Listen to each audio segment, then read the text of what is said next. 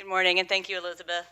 I'm very excited to be partnering, collaborating with Moore Center colleagues, and I'll be telling you about our next project, which we hope will be funded soon and started soon. Um, I'm going to shift gears and talk now about a focus on potential perpetrators. Our project is a primary prevention initiative that will universally target all school adolescents around reducing their risk to go on to be perpetrators of child sexual abuse. So when you think about what we're doing already, and this is a huge, important endeavor, there's lots of universal school-based programs, again, universal being trying to work with every kid, not just kids who are at risk, school-based, classroom-based universal programs that are focused on children as potential victims.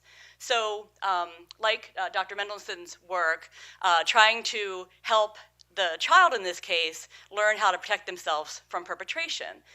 And so what these programs tend to do is tell kids about the problem, help them recognize when they might be in a situation where this is happening, resist that from happening, and also to report it. So it's a lot of content around good touch, bad touch, just saying no and getting out of the situation and telling a safe adult if somebody tried to touch you in that way.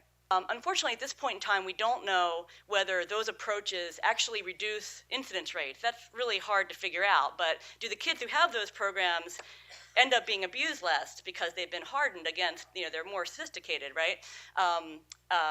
Versus kids who don't have those programs. We really don't know if it's effective in reducing their victimization.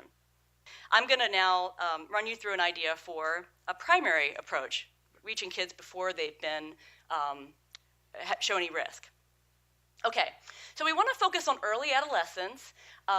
This would be sort of a middle school population, and our reason for that is that adolescents are perpetrators in about 36% of all CSA reports. So these are police reports or Child Protective Service reports. The official data, it's a huge chunk of the perpetrators from what we know from the legal system.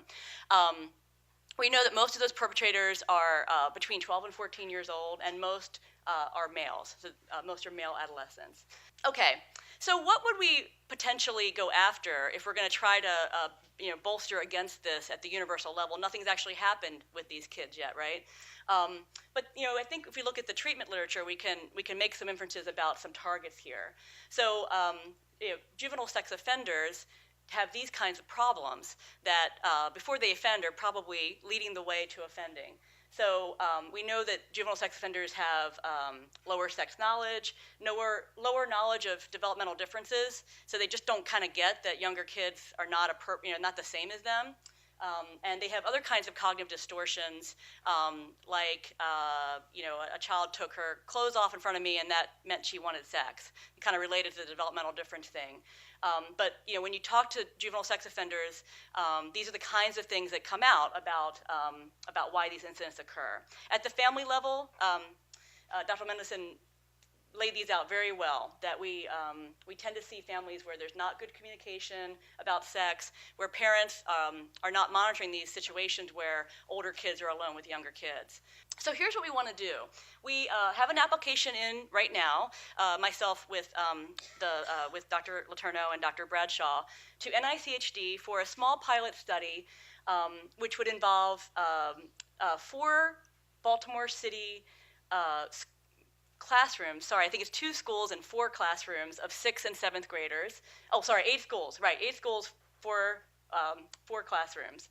And what we're going to do is we're going to hopefully target the health classroom, the sex ed classes in those schools, and randomize the classrooms to either receive our intervention or not. We're calling the intervention the responsible behavior with young children. Notice that the words perpetration, offending, and child sexual abuse are not a part of our title. I'll tell you more about that in a minute. But this is a really relatively low-cost, manageable intervention, running about 10 weeks, 1 time a week in that sex ed classroom, 10 weeks to get through 8 modules of about 30 minutes each. I'm really excited about the parent piece of this intervention. We're going to try to keep it, it's primarily in the classroom, but we're going to have these homework assignments that will engage parents in this work. So the first thing, these are kind of scattered throughout the 8-week intervention. So we're going to have the adolescent go home and do a homework assignment where they make a roster of all the young children in their life, which is to begin to sensitize parents to the potential risky context that this adolescent has. It turns out this adolescent does do a lot of babysitting, or there are a lot of cousins around on the weekends, right? And so just to begin to understand the contacts that this teen is having with younger children. And then to begin to do applying some of the perspective taking and developmental difference stuff with actual kids in the teen's life. So the parent is going to facilitate some conversations about, yeah, your little cousin is really different, right? And we've talked about this. And eventually moving up to parents having information. The teen is going to teach the parent about child sexual abuse. So they're going to have their own myths dispelled around it, very similar to your curriculum, Dr. Mendelson, but the kids teach the parents about that. And then we're going to have parents facilitate a homework assignment where the parents make a strong expectation that kids not do this.